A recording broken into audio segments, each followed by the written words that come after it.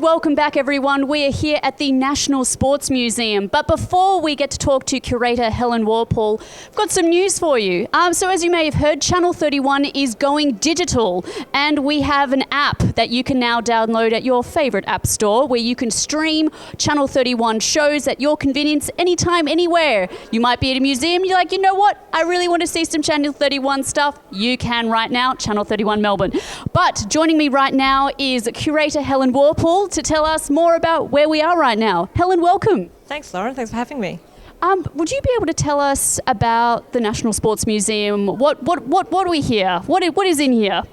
So the National Sports Museum is here at the MCG. It's been here for 8 years now. It's a multi-sport exhibition. So it's quite large. You need to put aside a couple of hours for a visit.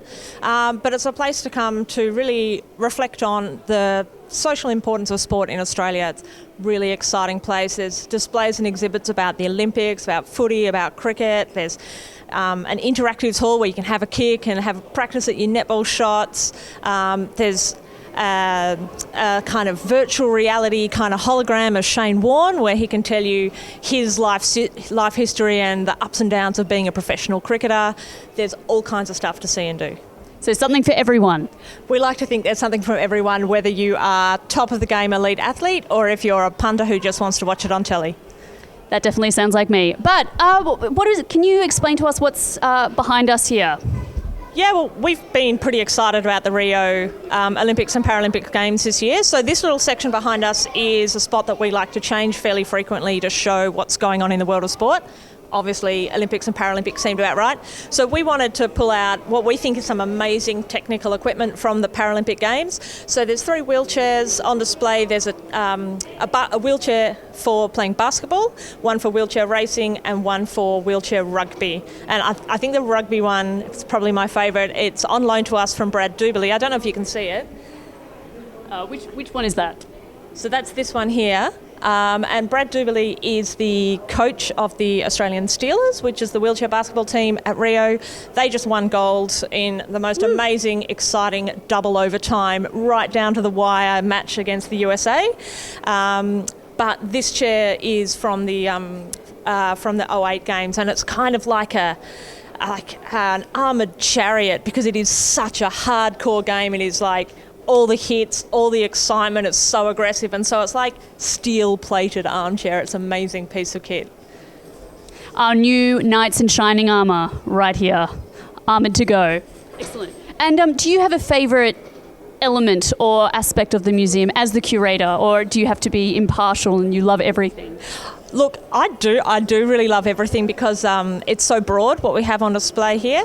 Part of my job, I look after the exhibitions here, but I also look after our new acquisitions into our collections. So one of the things I'm really excited about at the moment is that we're working on collecting for the new Women's Football League. So we've been working with the Women's AFL for a couple of years now, collecting jumpers, the medals, looking at the trophies, trying to capture the experience of the women who are forging that pathway into elite footy, so that next year when the big comp kicks off, we're going to be on top of things. We're collecting history as it happens rather than kind of trying to gather things from many, many years ago.